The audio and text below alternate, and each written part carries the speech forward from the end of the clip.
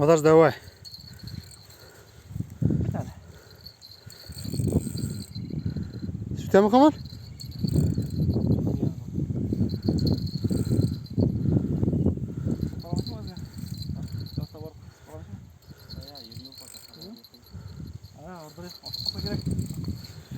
Büyük işler aşağı işlenmiyor.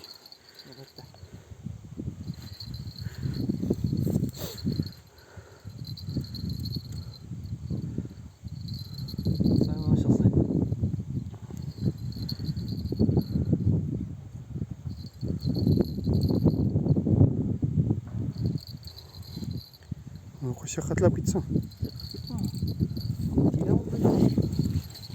Yaşam mandastıra. Ya, benim satu var. Benim satu var. İli oğam o. Oğlum çağıran. Benim satu var.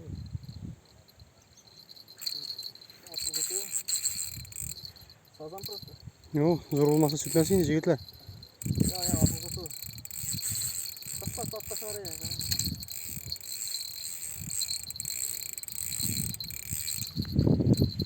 ya. Sütte mi Kadoşka? Böyle kilo var indi. Kaya.